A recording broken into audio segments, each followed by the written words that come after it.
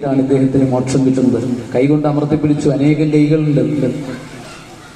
എന്തൊക്കെയാണോ വരം കൊടുത്തിട്ടുള്ളത് അത് മുഴുവൻ സത്യമാക്കിയിട്ടോ. അകത്ത് വെച്ച് പാടില്ല, പുറത്ത് വെച്ച് പാടില്ല. അകത്തും പുറത്തും കണക്കിൽ പെടാത്ത ഒന്നുണ്ട്. അതാണ് മറപ്പടി, അല്ലേ? രണ്ടിലും പെടില്ല.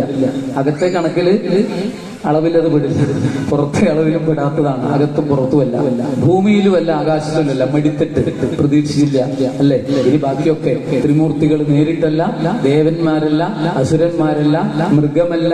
എന്നാൽ മൃഗമാണോ? അതെ. മനുഷ്യനുമല്ല. ഈ സകല ഭാവങ്ങൾ ഉൾക്കൊണ്ട് നേരത്തെ പറഞ്ഞൊക്കെ ഓർമ്മിക്കട്ടോ. കൈ കൊണ്ട് പാടില്ല, ആയുധം കൊണ്ട് പാടില്ല എന്ന് പറഞ്ഞു. കൈയും ആയുധവും ഇല്ലാത്ത ഒന്നുണ്ട്. ഇതാണത് കൂർത്തുമുറുത്ത നഖങ്ങൾ. ഉണങ്ങിയതും പച്ചയെന്നൊക്കെ ഇടയ്ക്ക് പറഞ്ഞിരുന്നു അത്രേ. വരം വാങ്ങിക്കുമ്പോ ഉണങ്ങിയതുമല്ല പച്ചയല്ലാത്തത് കൊണ്ടല്ലേ കൊല്ലാൻ പറ്റൂ. അതാണ് നഖം. മുറിക്കുമ്പോൾ വീണ്ടും വളരുന്നുണ്ട്. പച്ചയുടെ ലക്ഷണം അത്. മുറിക്കുമ്പോൾ ചോരയോ കറയോ വരുന്നില്ല, ഉണ്ടോ? അത് ഉണങ്ങിയതിന്റെ ലക്ഷണം. ഇതെല്ലാം പ്രാവർത്തികമാക്കിക്കൊണ്ട് കൂർത്തുമൂർത്ത നഖങ്ങള് അങ്ങനെ ഇങ്ങനെ ഇറക്കി ഇങ്ങനെ കൊടുത്തതോട് കൂടിയിട്ട് ഭഗവാൻ അത് ആ മാറിടങ്ങനെ കീറിപ്പിളർന്നു. രക്തങ്ങനെ ഭൂമിയിലേക്ക് സ്പരിശിച്ചു കഴിഞ്ഞാൽ പ്രളയം ഉണ്ടാവുക. ആ ഒരു സമയത്ത് അങ്ങനെയാണ്. അതുകൊണ്ട് ഭഗവാൻ തന്നിലേക്ക് തന്നെ, ഭഗവാന് മാത്രമേ ലയിപ്പിക്കാൻ സാധിക്കുള്ളൂ. പ്രളയജലം പാനം ചെയ്യുന്നത് ഭഗവാൻ മാത്രമാണ്. ആ തന്നിലേക്ക് അങ്ങനെ ലയിപ്പിച്ചു. അപ്പോഴാണ് കൈയുടെ നഖത്തിൽ കുടുങ്ങിയിട്ടുള്ള കൊടലുമാലകളൊക്കെ ദംഷ്ടമുകളിലിട്ട് ശരീരത്തെ വലിച്ചെങ്ങനെ എറിഞ്ഞു. നിൽക്കുന്നില്ല, എണീറ്റ് അങ്ങോട്ടും ഇങ്ങോട്ടും ഓടുകയാണ്. അസുരന്മാരൊക്കെ കടിച്ചു കയറുന്നു. എന്നിട്ടും കോപം ശമിക്കാതെ വീണ്ടും താണ്ഡവം ചെയ്യുന്ന സമയത്ത് ബ്രഹ്മാതിദേവന്മാര് സ്തുതിക്കുന്നു, പുഷ്പവൃഷ്ടി നടത്തുന്നു. കാര്യമില്ല തോന്നി. എന്താ ചെയ്യാ? ഈ സമയത്തും ഒക്കെയും പാദം ചലിപ്പിക്കാതെ ഭഗവാന്റെ പാദത്തെ മാത്രം കണ്ടുകൊണ്ട് തൊഴുതു നിൽക്കുന്ന ഭക്തോത്തമൻ പ്രഹ്ലാദൻ. പാദം മാറാത്ത ഒരാൾ ലോകത്തിലുണ്ടെങ്കിൽ അത് ആരേ ഉള്ളൂ? ഭഗവാൻ മാത്രമേ ഉള്ളൂ. കാല് മാറാത്ത ആളാരേ ഉള്ളൂ?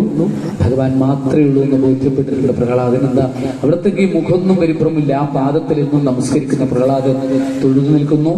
ബ്രഹ്മദേവൻ ഉടനെ തന്നെ ലക്ഷ്മി ദേവിയെ കൂട്ടിക്കൊണ്ടുവന്ന് കാണിച്ചു കൊടുത്തു. എന്റെ ആളല്ല എന്ന് പറഞ്ഞിട്ട് പേടിച്ച് പരിഭ്രമിച്ചു മാറി. ഇനിന്ത് ചെയ്യും?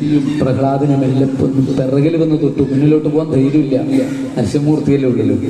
പിറകിൽ വന്നിങ്ങനെ തൊട്ടിട്ട് സമാധാനിപ്പിക്കുക പ്രഹ്ലാദ എന്ന് പറഞ്ഞപ്പോഴാണ് നാരായണ നാരായണ ഹരേ നാരായണ ഹരേ നാരായണ ഹരേ നാരായണ ഹരേ നാരായണ ജഗത്തിനൊക്കെയും പതിയായുള്ള നീ ജയിക്കമേൽക്കുമേ ജയിക്കമേൽക്കുമേ. പ്രഹ്ലാദൻ ആ നരസിംഹമൂർത്തിയുടെ പ്രഹരത്തിൽ കണ്ണുനീരൊലിപ്പിച്ചുകൊണ്ട് നമസ്കരിച്ചു. എപ്പോഴാണോ ഈ ഭക്തന്റെ പാദം ഭഗവാന്റെ, അതായത് ഭക്തന്റെ ശിരസ് ഭഗവാന്റെ പാദത്തിൽ, മനസ്സിലായോ? ഇവിടെ അതാണ് ഭാഗ്യം കിട്ടിയത്. ഭക്തന്റെ പ്രഹ്ലാദന്റെ ശിരസ് ഭഗവാന്റെ പാദത്തിൽ. ഇദ്ദേഹത്തിന്റെ പ്രഹ്ലാദന്റെ മകന്റെ മകന് കിട്ടിയ ഭാഗ്യം എന്താണെന്നറിയോ? ഭഗവാന്റെ പാദം ശിരസിൽ വെക്കാനുള്ള ഭാഗ്യം. മനസ്സിലായോ? വ്യത്യാസം നാളെ മനസ്സിലാവില്ല. ആ മഹാഭാഗ്യം ആർക്കാ കിട്ടുന്നത് അറിയോ? ഇദ്ദേഹത്തിന്റെ മകന്റെ മകനാണ് കിട്ടുന്നത്. ആ അത്രമാത്രം ഭാഗ്യം, സൗഭാഗ്യമാണ് ഇവിടെ കിട്ടിയിരിക്കുന്നത്. ഭഗവാന്റെ പാദത്തിൽ നേരിട്ട് ശിരസ് അടുപ്പിച്ചു വെക്കാൻ സാധിക്കുക, ആ പാദത്തോട് ചേർത്ത് വെക്കാൻ സാധിക്കുക. എപ്പോഴും ഒന്നാലോചിക്കുക, നമ്മള് എപ്പോഴാണോ ഭക്തന്മാര് ഹൃദയംഗവുമായിട്ട് ആത്മാർത്ഥമായിട്ട് ഭഗവാന്റെ നാമം ജപിച്ചുകൊണ്ട് ഭഗവാനെ ആശ്രയിക്കുന്നത്, നമസ്കരിക്കുന്നത്, അങ്ങനെയുള്ള ഭഗവാന് ആരോടും കോപമൊന്നും ഉണ്ടാവില്ല. ചില ആൾക്കാരൊക്കെ പറയാറുണ്ട് ഭഗവാൻ കോപിച്ചിട്ടുള്ളത് കേട്ടോ എന്ന് പറയാറുണ്ട്. അതിനെന്താ വേണ്ടത്? 101 ലിറ്റർ പാൽപ്പായസം ഭണ്ണാര സമർപ്പണം. അതൊന്നല്ല വേണ്ടത്. എന്താ വേണ്ടതെന്നറിയോ? എല്ലാവരും കൂടി വന്നിട്ട് ഹരേ നാരായണ ജപിച്ച് സമൂഹമായിട്ട് പ്രാർത്ഥിക്കുകയും ഇതൊരു 4 പ്രദക്ഷിണം ചെയ്യുകയും ചെയ്യാം. വ്യാഴാഴ്ചയെങ്കിലും ചെയ്യാം. അപ്പോഴും കോപം ശമിക്കും. പാൽപ്പായസം കുടിച്ചാലൊന്നും കോപം ശമിക്കില്ല. അത് കഴിഞ്ഞാൽ കുറച്ചും കൂടെ ഉഷാറാവുകയും. മനസ്സിലായോ? ഇതൊക്കെ തെറ്റിദ്ധരിപ്പിക്കുന്നതാണ്. എപ്പോഴും നമ്മൾ നാമജപം കൊണ്ട് ഭഗവാന്റെ കോപത്തെ ഇല്ലാതാക്കാൻ സാധിക്കും. ഏത് ദേവനാവട്ടെ, ഏത് ഭദ്രകാളിയാവട്ടെ, നമ്മൾ നാമം ജപിച്ചോ പഠിച്ചോളൂ. ശ്രീമാതാ ശ്രീ മഹാരാജ്ഞി ശ്രീമൽ സിംഹാസനേശ്വരി. അതുകൊണ്ട് കോപം ശമിക്കുന്നില്ല, പിന്നെ അങ്ങനെയുള്ള ദേവിയെ നമുക്ക് ഭജിക്കേണ്ട ആവശ്യമുണ്ടോ? ഇത്രയും നന്നായിട്ട് ജപിച്ചിട്ട് വിശ്വം വിഷ്ണു വശച്ചാരോ ഭൂതഭവ്യ ഭവൽ പ്രഭു എന്ന് പറഞ്ഞുകൊണ്ട് നാരസം സിംഹബു ശ്രീമാൻ കേശവ പുരുഷോത്തമ നാമം ജപിക്കുക. വിശ്വസ്മേ നമഃ വിഷ്ണവേ നമഃ വശത്കാരായ നമഃ ഭൂതഭവ്യ ഭവൽ പ്രഭവേ നമഃ ഭൂതകൃതേ നമഃ ഭാവായ നമഃ അഭ്യായ നമഃ പുരുഷായ നമഃ ശാശ്വതായ നമഃ കൃഷ്ണായ നമഃ. ഈ നാമം പ്രഹ്ലാദൻ വെറും നാരായണ നാമം കൊണ്ടാണ് ഇതെല്ലാം സമർപ്പിച്ചത്. സന്തോഷമായി പ്രഹ്ലാദനെ പിടിച്ച് എഴുന്നേൽപ്പിച്ച് അഭയഭരിതമായ തന്റെ കൈകൾ കൊണ്ട് ഒരു അനുഗ്രഹം കൊടുത്തു. മൂർധാവിൽ കൈവച്ചിട്ട് ഇവിടെ ശ്രദ്ധിക്കാനുള്ളത് എന്താണെന്നറിയോ? പ്രഹ്ലാദന് കിട്ടിയത് ഭഗവാന്റെ കൈ കൊണ്ടുള്ള അനുഗ്രഹം, മകന്റെ മകന് പാദം കൊണ്ടുള്ള അനുഗ്രഹമാണ് കിട്ടുന്നത്. ഇത് പ്രഹ്ലാദന് കിട്ടിയത് കൊണ്ടാണ് മകന്റെ മകൻ അന്ന് ഇങ്ങനെ കിട്ടിയത്. ഈ കൊച്ചുകുട്ടിയാണ് പ്രഹ്ലാദൻ. ആലോചിച്ച് നോക്കൂ, മഹാബലി പോലെ അത്രയൊന്നും പ്രായോ പക്വതയൊന്നും ഇല്ല. ഉണ്ടോ?